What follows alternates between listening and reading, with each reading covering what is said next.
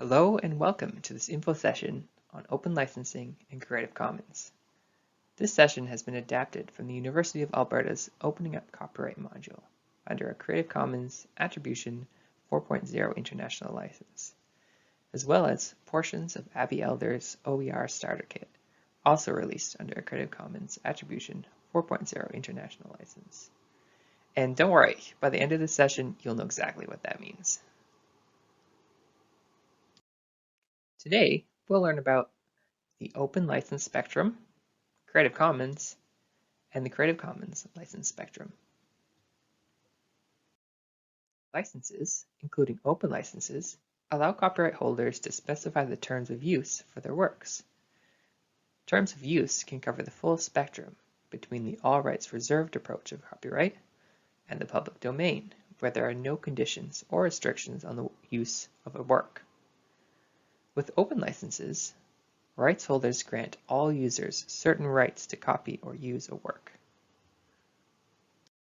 In Canada, the Copyright Act grants copyright holders a set of certain exclusive rights in a work, including the ability to authorize others to use the work.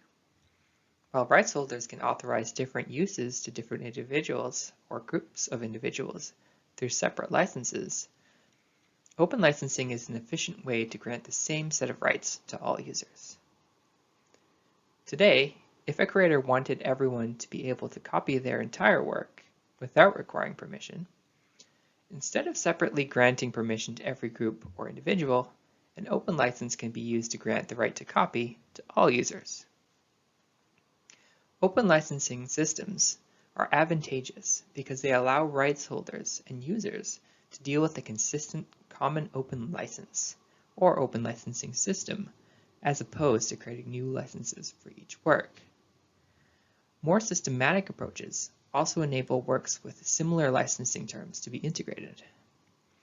While open licenses are not new, the systematic approaches to their open licensing developed over the last few decades have made it easier for authors to open up their work and for users to better understand the terms and conditions of these licenses. The first major open licensing system was created by Richard Stallman as the Free Software Foundation's GNU Public License, or GPL, which was designed for software. There are also related licenses like the GNU Free Documentation License. The second major licensing system is Creative Commons, which is a set of licenses, an organization, and a movement. The organization was founded in 2001 by the Center for the Public Domain.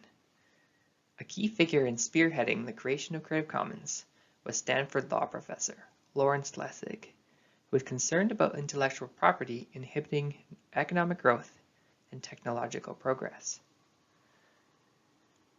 Creative Commons was inspired by the idea of an intellectual or knowledge commons. Much in the same way that commons have existed in the past, such as common grazing land and fishing pools, the intellectual commons is a bastion of ideas and expressions of those ideas. When creators openly license their works, they are putting it into the intellectual commons for others to draw on and benefit from. There are four main elements of a Creative Commons license. The first is attribution, or by. This means that proper attribution must be given to the original creator of the work whenever a portion of their work is reused or adapted. This includes a link to the original work, information about the author, and information about the original work's license. All Creative Commons licenses require attribution. The second is share-alike, or SA. This means that iterations of the original work must be made available under the same license terms. Third, there is non-commercial, or NC. This means that the work cannot be sold at a profit or used for commercial means such as for-profit advertising. Copies of the work can be purchased in print and given away or sold at cost. Finally, we have no derivatives, or ND. This means that the work cannot be altered or remixed. Only identical copies of the work can be redistributed without additional permission from the creator. These may be combined to create a total of 6 permutations. For example, the most restrictive CC license is CC BY NC ND, which requires attribution, cannot be used for commercial purposes, and may not be remixed or altered. One of the tenets of OER laid out early on in the open education movement was the idea of the 5 R's introduced by David Wiley. These 5 attributes lay out what it means for something to be truly open, as the term is used in open education.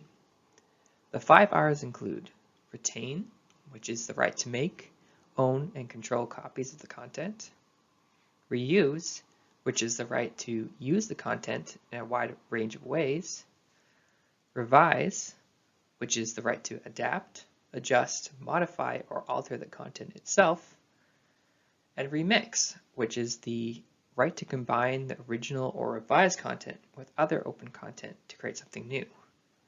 Finally, there is redistribute, which is the right to share copies of the original content, your revisions, or your remixes with others.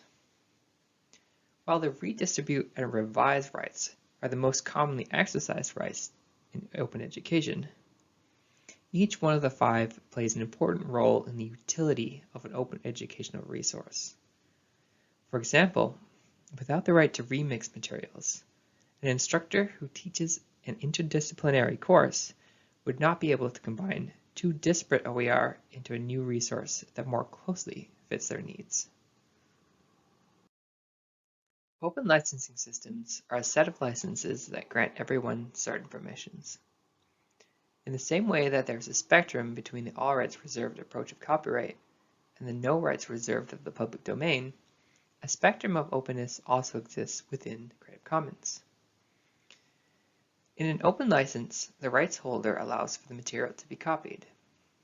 More open licenses allow even more uses of a work, including the right to remix or modify a work and the right to sell a work.